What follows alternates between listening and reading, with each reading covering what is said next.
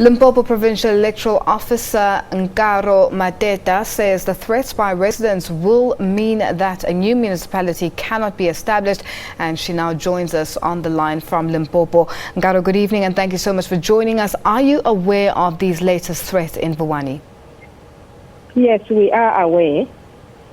And what are the main grievances exactly after the last time the violence and protests erupted and a solution was come up with? What's the issue now? Well, at the moment we are preparing for elections, and we are working with the security forces to ensure that elections do happen throughout the Republic of South Africa, and also in all the 3,111 voting stations across the Limpopo province. Now, has the IEC taken any measures thus far? Well, we have. I think we have made an assessment to determine the extent of damage to our voting stations, and we are also preparing alternative means just to ensure that people vote with dignity. They don't just vote in the open air. So really we are trying to put measures to ensure that people vote with dignity. Now, Nkaro, what sort of measures are you talking about as elections are literally almost a week and a half away? What sort of measures are you talking about exactly as the IEC? Well, the first thing is that we need to ensure that where the schools have been damaged, we have an alternative means of voting, even if it just means putting a gazebo so that there is shade, people don't stand in the sun to conduct elections. And also to ensure that we have proper security and that people are not threatened, because the idea is that nobody should be disenfranchised. Those that want to participate, IEC has to be available to allow them to participate. Now, the shutdown in Vuwani has generally been taking place since April, and now we're at the end of July.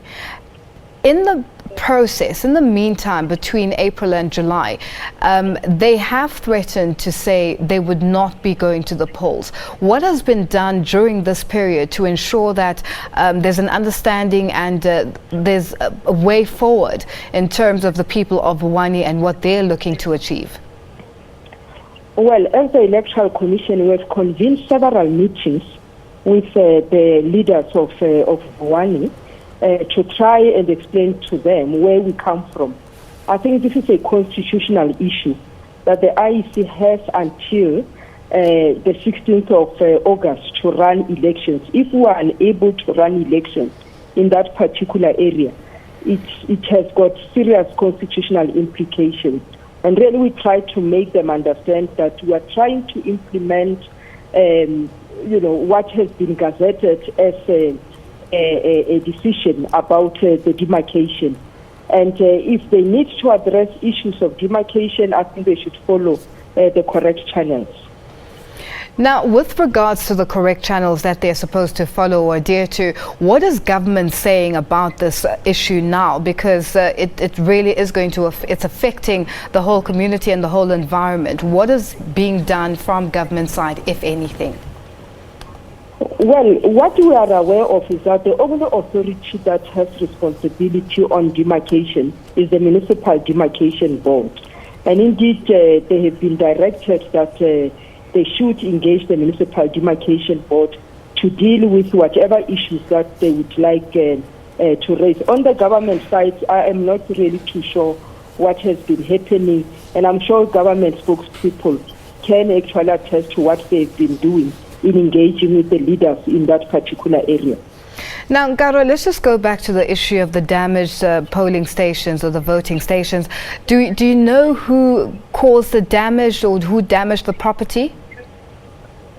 No, at the moment we are not sure. I think the police are investigating the matter, and the police will be better positioned to speak to that. I think our main concern is that we need to allow people to vote in acceptable conditions. The infrastructure has to be conducive for us to conduct proper elections. We cannot just conduct elections in the open air or under a tree.